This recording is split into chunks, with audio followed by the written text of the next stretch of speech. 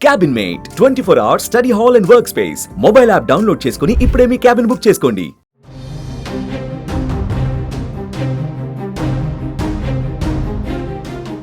ప్రస్తుతం ఎక్కడ చూసినా జమ్మూ కాశ్మీర్ పహల్గాం సమీపంలో జరిగిన ఘటన గురించే చర్చించుకుంటున్నారు. మినీ స్విట్జర్లాండ్ గా పేరుగాంచిన బైసరన్ ప్రాంతంలో విహారయాత్రకు వచ్చిన పర్యాటకులపై విచక్షణారహితంగా కాల్పులకు తెగబడ్డారు ఉగ్రవాదులు. ఈ క్రమంలో ఈ దాడి నుంచి ఓ సెలబ్రిటీ జంట త్రుటిలో తప్పించుకుంది. ఇంతకీ ఎవరా జంట?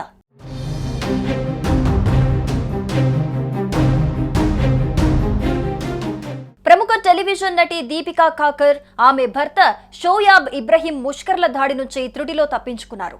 ససూరల్ సిమార్ఖా సీరియల్తో పాపులర్ అయిన నటి దీపిక తన భర్త షోయాబ్ కుమారుడు రుహాన్తో కలిసి కాశ్మీర్లో విహారయాత్రకు వెళ్లారు.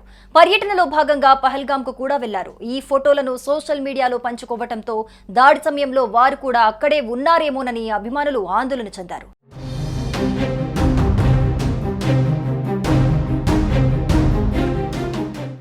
అభిమానులు, కుటుంబ సభ్యుల ఆందోళన నేపథ్యంలో తాము క్షేమంగానే ఉన్నామంటూ దీపికా షోయాబ్ సోషల్ మీడియా ద్వారా వెల్లడించారు. మంగళవారం ఉదయమే తాము ఢిల్లీకి చేరుకున్నామంటూ ఓ పోస్ట్ పెట్టారు. జమ్మూ కాశ్మీర్ లో ఉగ్రదాడి జరగడానికి కొన్ని గంటల ముందే నటి దీపికా కాకర్, ఆమె భర్త షోయాబ్ అక్కడి నుంచి ఢిల్లీకి బయలుదేరాం.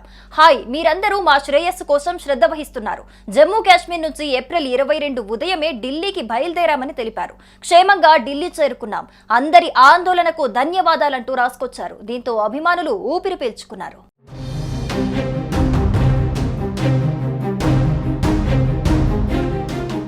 మరోవైపు షోయాబ్ పోస్ట్ పై కొంతమంది నెటిజన్స్ విమర్శలు చేస్తున్నారు. సురక్షితంగా ఢిల్లీకి చేరామని చెబుతూనే ఈ పర్యటనపై వ్లాగ్ చేశామని, అది త్వరలోనే విడుదల చేస్తామని తెలిపారు. ఒకవైపు ఉగ్రదాడితో దేశమంతా బాధపడుతుంటే వ్లాగ్ గురించి ప్రచారం చేసుకోవటం ఏంటని నెటిజన్స్ మండిపడుతున్నారు. ఈ విషాద సమయంలో వ్లాగ్ గురించి చెప్పాల్సిన అవసరం ఏముందని కామెంట్స్ చేస్తున్నారు.